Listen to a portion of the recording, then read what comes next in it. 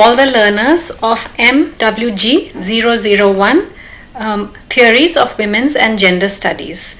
In this brief program, we will tell you a little bit about what to expect from the content of this particular course. Before we begin, let me start by introducing the panelists for this program.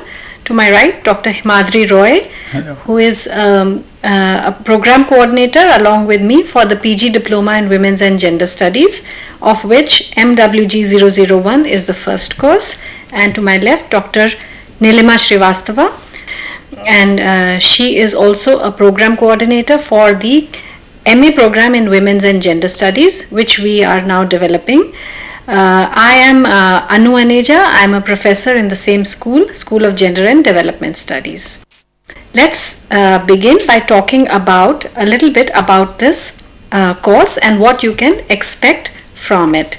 MWG 001 is a foundational course. What this means is that it will introduce you to various foundational theories and concepts in women's and gender studies. You will learn about recent and contemporary theoretical positions and debates.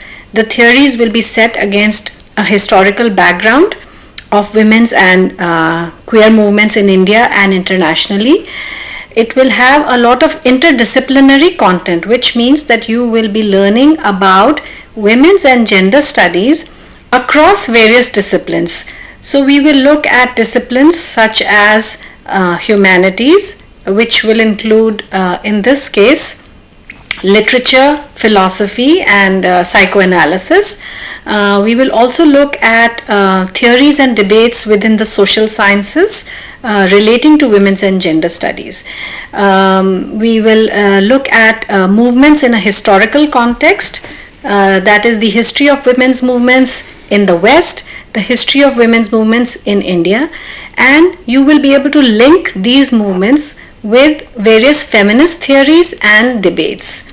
Remember that we are looking at theories within a national framework, but always placing it within an international context. So do try to make those connections as you read this material. That is, what do you think is the link between women's studies in India and women's studies in an international framework?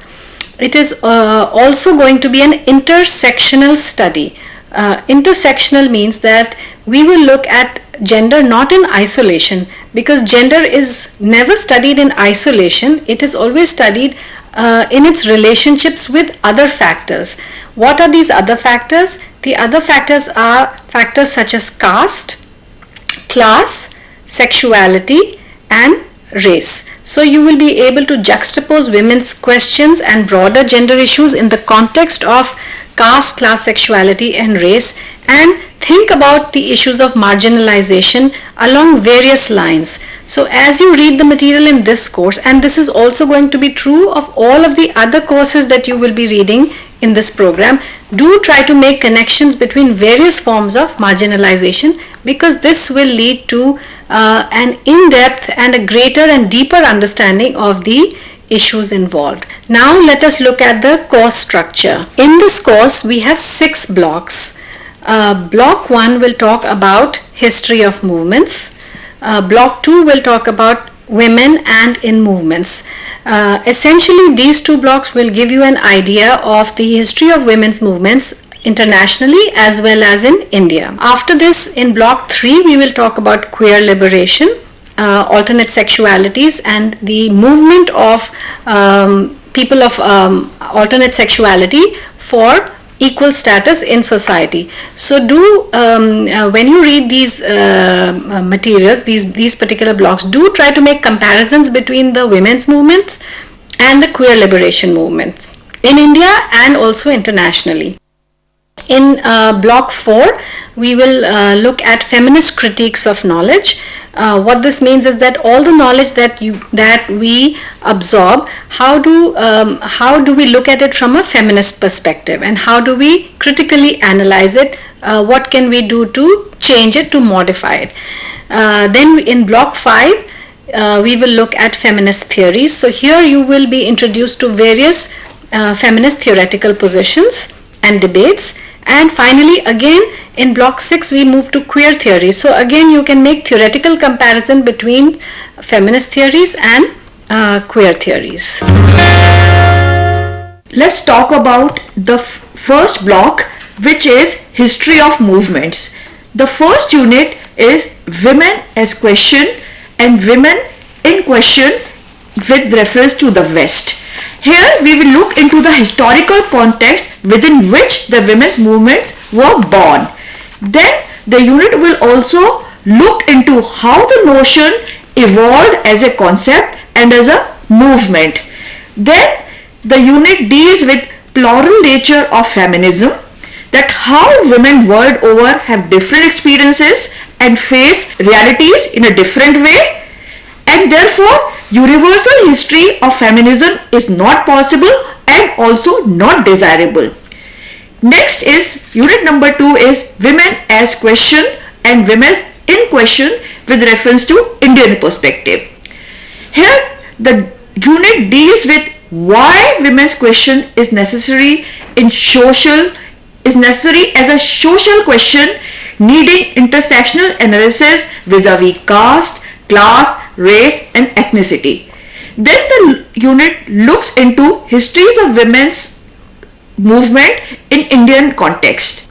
The third unit deals with suffrage. The unit starts with defining suffrage, then moves on to discuss the history of women's suffrage in global context and also as an issue in India, especially between 1927 to 1937. The fourth and the last unit of this block talks about feminisms and its variations. It starts with defining feminism and how the three waves of feminism evolved with the passage of time. Then what are new feminisms and what were the major shifts and turns in the philosophy and ideology of feminism. In block 2, you will look at women and movements in the Indian context. Primarily, we will be confining this material to the 19th and 20th centuries in both the blocks. Firstly, because most of the movements happened during this period, and secondly, it will give you a framework within which you can look at what was happening in India and what was happening in Western countries and make historical connections between these. In block 2, there are 3 units. Unit 1 is on the peasants and working class, Unit 2 on Dalit and Black feminism, and Unit 3 on ecofeminism. This block primarily will help you to build links between women's movements in India and the struggles of other marginalized groups, specifically the movements of peasants, the working class and Dalits in India. Because as we have said earlier, women's issues cannot be discussed or looked at or examined in isolation. There are very deep connections between these movements and the issues which confront women, the issues which confront peasants, the working class and Dalits, and of course we have women representations in all of these groups, and their issues are going to be slightly different or slightly modified by the fact that they belong to one of these groups. Also, you are encouraged to make a very interesting connection between Dalit feminism in India and Black feminism in the West, to look for similarities as well as differences. You will find interestingly that there are a lot of similarities. In the West, we will talk about the issue of race and gender, and in India we talk about the issue of caste and gender. What is the relationship, or what are the similarities between race and caste from the perspective of gender? But of course there are wide cultural differences between the West and India. So you will also be able to look at differences between racism and casteism from the perspective of gender when looking at these very different historical and cultural contexts.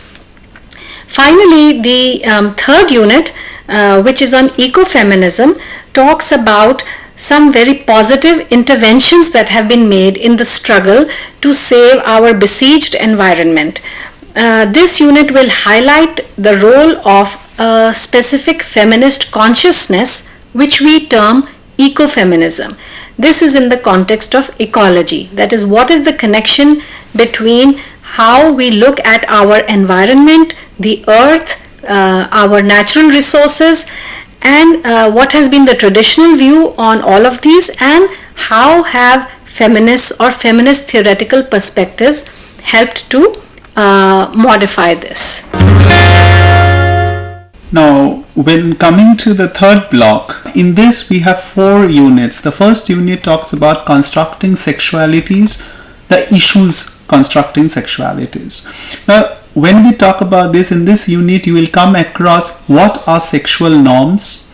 Now, how are these sexual norms fixed in the society? How it has become a tradition to have sexual norms. We'll also see that what are sexual hierarchies regarding sexuality and gender. How are the hierarchies in a society is created. The second unit talks about queer movements in general. Now it will begin, the queer movements means the movement will begin, the unit will begin from the pre-colonial attitudes or the diversified attitudes that we have seen in the colonial period in this country as well as internationally. Then gradually moving the movement to India itself, we will see the post-colonial prejudices and resistances that is happening only in India. In the unit 3, it talks about legal issues, especially focusing on the case studies of section 377. Now section 377, when this unit you will read that what it is exactly about, the description of this 377 and its definition, its history, its effect, when did it began, and also how did the Delhi High Court's verdict has affected reading down of the section 377. And the last unit of this block 3, queer liberation, is the terminologies and identities. In these terminologies and identities, we will see that what are homosexualities, how does it has impact of the society itself, what exactly it means. We'll talk about cultural essentialism also. In cultural essentialism, we'll see how one culture is dependent on the other culture, how the society moves from one to the other, and how they are interlinked to each other. After the third block, there is a shift towards theoretical issues. So do try to make connections between the histories and the theories. That is the first half of this course and the second half of this course. In block 4, we move to the block called Feminist Critiques of Knowledge, and this block has 4 units. Unit 1, Natural Science, Unit 2, Social Sciences, Unit 3, Humanities, which includes Literature, Philosophy and Psychoanalysis, and Unit 4, Feminist Readings. So these are pretty self-explanatory. You will be looking at feminist critiques of knowledge in all of these areas, that is in the natural sciences, in the social sciences, in the humanities, and then comparing the readings across these disciplines. Essentially, this block is going to help you critically examine the marginalizations of women's roles and also the marginalization or the effacement of women's contributions in knowledge across various disciplines. You will notice, or perhaps might have noticed already, that when you have read books in school or even in college, very often a masculine perspective may have been depicted, or if there is a woman's perspective or a feminist perspective, it may be an add-on, it may be in the margins, literally, so to speak. Why has this happened historically? This has happened due to patriarchal constructions of knowledge. Of course, we will examine patriarchy also much more in depth in some of the other courses. But here you will learn how the social construction of patriarchy has actually added to the suppression of certain forms of knowledge. What are these forms of knowledge? These are forms of knowledge which may have been either created by women or may have women's perspectives in them. Across the disciplines, these perspectives have been perhaps either marginalized or, as I said, effaced or erased or completely done away with. How do we address this problem? That is, we all want to study further in all of these various disciplines or in one or the other of these disciplines. However, we are constantly struggling against this construction of knowledge which is highly skewed away from women. Feminist theorists have done a lot of work in various disciplines. So in each of these units, you will look at how a feminist theoretical perspective helps in decoding the patriarchal the patriarchal construction of knowledge, and also helps in dismantling some of these knowledge systems, and not just dismantling it to destroy it. Our idea is not to destroy but to reconstruct. Reconstruct what? Not just a feminist body of knowledge, but reconstruct a more equitable knowledge in various disciplines, so that women's perspectives are also equally reflected along with male or masculine perspectives. So we will apply critiques of knowledge based on various feminist theories in the natural sciences, in the social sciences, and in the humanities. And in the last unit, Unit 4, Feminist Readings, you will see how feminists have helped to construct alternate models of knowledge. And what do these alternate models of knowledge look like across various disciplines? Then in the next block, we will look more closely at some feminist theories. This block, which is block 5, is titled Feminist Theories, and here you will make connections between block 5 and blocks 1 and 2. Rather, you are encouraged to make connections between block 5 and block 1 and 2. The first unit will look at formative feminism. Here we will talk about various formative feminist theories, which will include liberal, Marxist, socialist, and radical viewpoints or standpoints. These are all foundational ideas which have enthused, which have inspired Western women's movements in their very inception, at their very birth. So we will look at how liberal feminism or Marxist feminism or socialist feminism or radical feminism, for instance, what is it made of and how has it impacted various feminist movements internationally as well as in India. Subsequent theories will also be discussed in this block. These will include post-colonial feminism, feminism and psychoanalysis. In the feminism and psychoanalysis unit, you will look at Freudian psychoanalysis. Some of you may have already heard of Sigmund Freud. If you have not, you will hear about him and what he thought about feminine development, female sexuality, etc. From a feminist perspective, how have feminists reacted to Freudian explanations of the girl child's internal development, women's developments, women's psyche, etc. How have feminists responded to this? How have they responded to his notion of the Oedipus complex? All of these will be discussed in the unit on feminism and psychoanalysis. In the third unit, we will look at post-colonial feminism and third world feminist theories. So here we will talk about feminism in relationship to imperialism and in the historical context of post-colonialism. So you will learn about what colonialism and post-colonialism imply and how is feminism related to these terms. In unit 4, we will talk about feminism and non-normative relationships. You would have read about what non-normative means in the block on queer liberation. Here we will again pick up on that thread and talk about relationships which are not normative. And therefore we call them non-normative, and how feminism examines some of the issues around such relationships. And finally, a very important issue which does not get addressed very often but needs to be centralized is the unit on disability and feminism, where we will talk about the exchange between feminism and disability studies, the issues surrounding disabled people and especially disabled women. What are their problems, how are they marginalized, and how can feminist theory help to address their problems. Now, moving from the feminist theories, we come to queer theory. Now, when we talk about queer theory, there are three units. The first unit is called philosophical and psychoanalytical perspectives. The second unit is called literary and cultural perspectives. And the third the last unit is called Indian perspectives. First unit will discuss, as you have seen in block 5 already, that what about Sigmund Freud and feminism.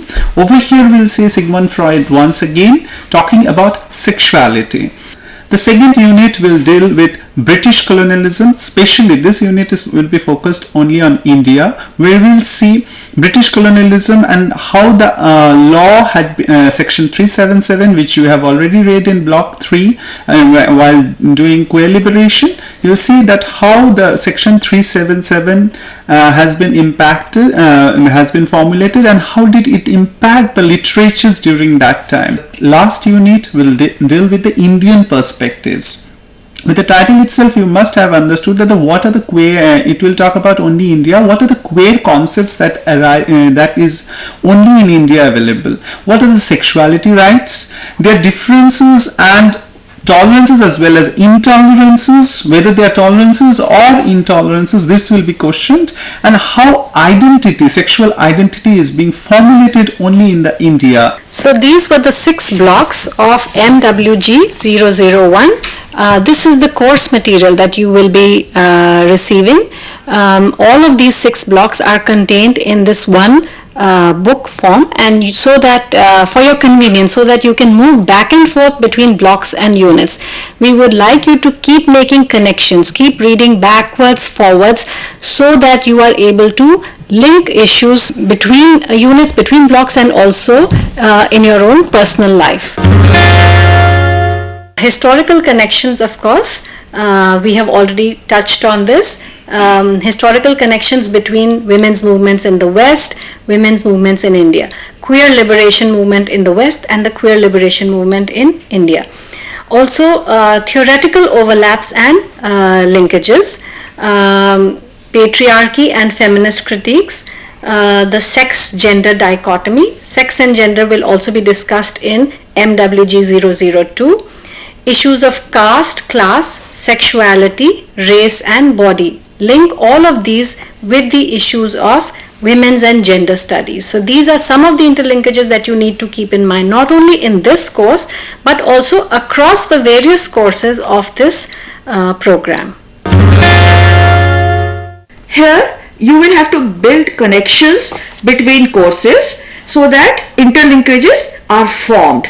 You will be reading, understanding and developing a critical perspective, because the whole idea of going into women's studies is also to develop a critical perspective, because whatever is going on in society has been there but it has never been looked at with a feminist lens. So our effort will be to build a critical perspective. Then we would also like you to make connections with your daily life happenings or situation which you face or deal with in your daily life, or you see across the society or around you.